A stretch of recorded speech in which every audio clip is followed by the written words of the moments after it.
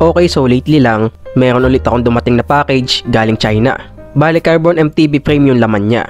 So tara, buksan na natin.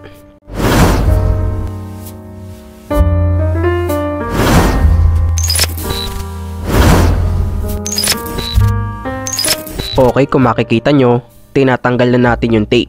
Medyo natagalan nga lang ng konti dahil maraming tape, pero okay lang naman yon. Now actually, dapat by October pa dumating itong frame, kaso medyo nagka-problema sa customs eh. Pero yun na, hindi ko na iniisip yun. Ang mahalaga dumating na rin naman. Medyo masakit din kasing isipin yung tax fee niya eh.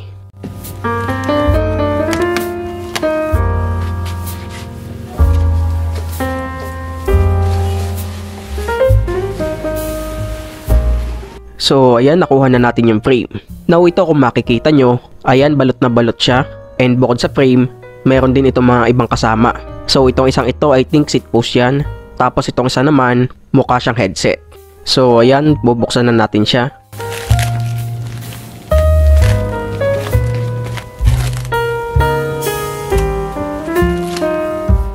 So ayan, konting pasilip lang.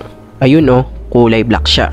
Now kapag magbubukas kayo ng ganito, especially kung frame or fork yung laman, huwag niyong panggigilan yung pagbubukas. Baka kasi magasgas yung laman eh.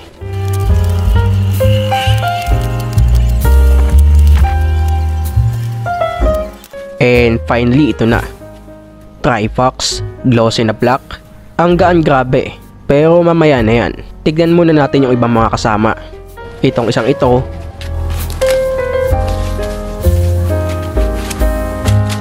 Seat post yung laman niya. 350mm yung kanyang haba. Tapos 30.9 yung kanyang diameter. Tapos gawa din sa carbon yung seat post na ito. Yung clamping naman niya meron naman siyang offset palikod. So tignan naman natin itong isang kasama. So ayan oh, yun box. And then pagbukas natin, ayun headset nga. Tapered headset to be exact. Tapos may kasama na rin siyang expander. Now itong expander na ito, usually ginagamit ito kapag carbon yung steerer tube ng fork nyo. Dahil sa mga carbon na steerer tube, bawal ka kasi doon gumamit ng flower eh. Pag pinukpok mo kasi yon, yung puputok yung carbon. Kaya ito, ganito yung ginagamit.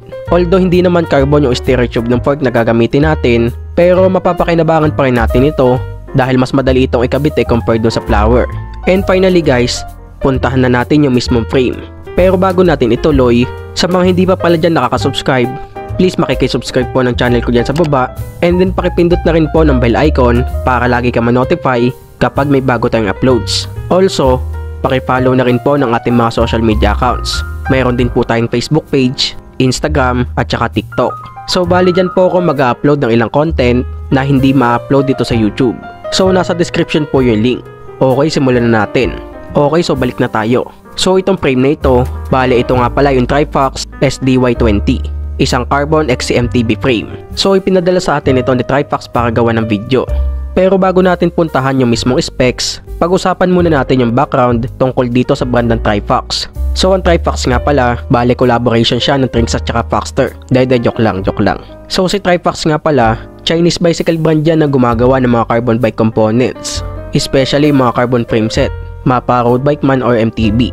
Now wala tayo masyadong malalim na info tungkol sa brand na ito, pero dito sa Pilipinas, medyo marami na rin yung mga cycling YouTubers na nakagawa na ng review tungkol sa kanilang mga frame set. But anyway, balik na ulit tayo sa frame. By the way, pang XC nga pala yung geometry ng frame na ito. And then compatible itong lagyan ng 100 to 120mm na travel lamp fork. Available lang din ito para sa 29er. Pero for me, dapat meron siyang 27.5 variant. Although 29er na talaga yung pinaka-common, pero for me dapat may 27.5 variant yung specific frame nito. And mamaya malalaman nyo kung bakit. Yung size ng frame na nasa akin, small size yung pinili ko. Pero also, available din naman ito sa medium at saka large. By the way, ito nga pala yung geometry chart niya. Hindi ko lang kasi maisa-isa eh. Depende kasi yung haba ng tubes dun sa size ng frame. Bali yung frame na ito, minimal lang yung kanyang decals. Halos wala ka talagang makikita bukod dun sa branding. So dito sa may down tube, dito nakalagay yung logo ng Trifox. And then meron pang isa dito sa may seat stay. Although medyo awkward nga lang yung pagkakalagay para sa akin. Tapos nandito naman yung pinaka-logo nila sa may head tube. Now malungkot dito, kulay black lang yung available na color para sa frame na ito. So dito dapat at least meron man lang silang 4 na colorway. Tapos glossy yung kanyang finish.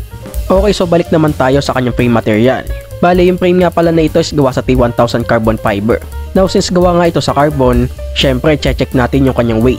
Pero bago natin siya timbangin, ikabit muna natin yung kanyang seat post.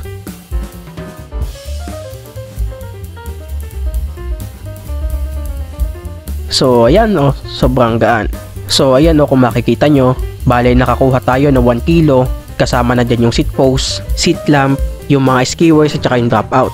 Yung kanya namang head tube, tapered na rin yung kanyang head tube.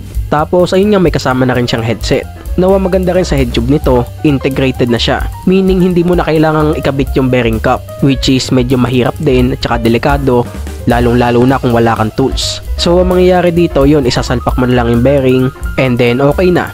Same din doon sa may ilalim.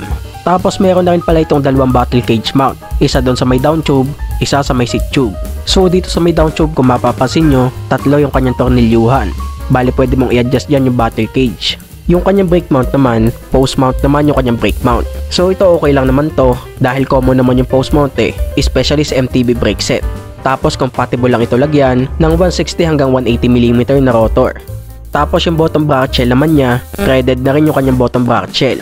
30.9 nga pala yung seat post, nakakasya para dito. Mayroon na siyang kasamang seat clamp na hindi pang quick release. Now kung mapapansin nyo yung mga carbon frame, hindi sila gumagamit ng mga quick release na seat clamp. Nahuhugan ito kasi yan.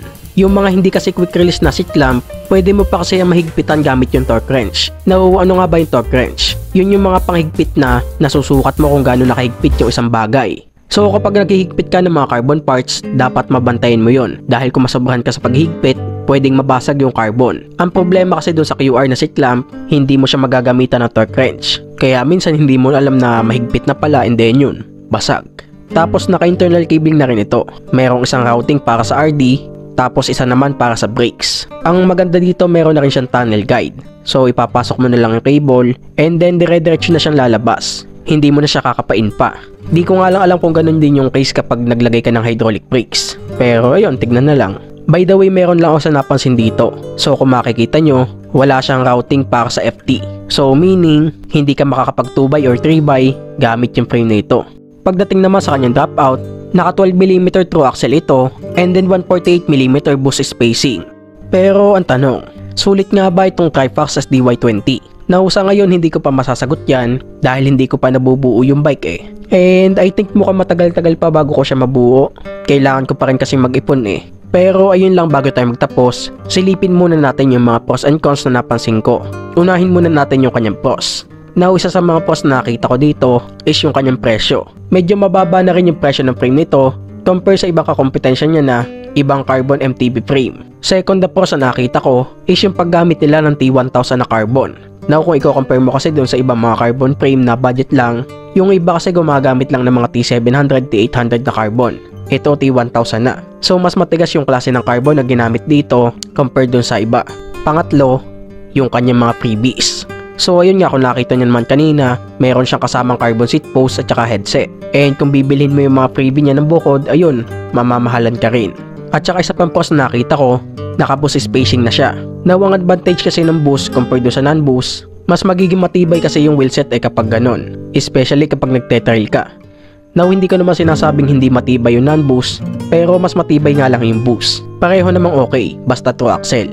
Now pagdating naman sa kanyang cons, isa sa masasabi kong issue ng frame na ito is yung iisa lang yung kanyang kulay. Actually dapat nagdagdag pa sila ng iba para at least may pamilian. Hindi naman kasi lahat gusto yung mga sobrang plain Second, ayun nga, wala siyang routing para sa FD.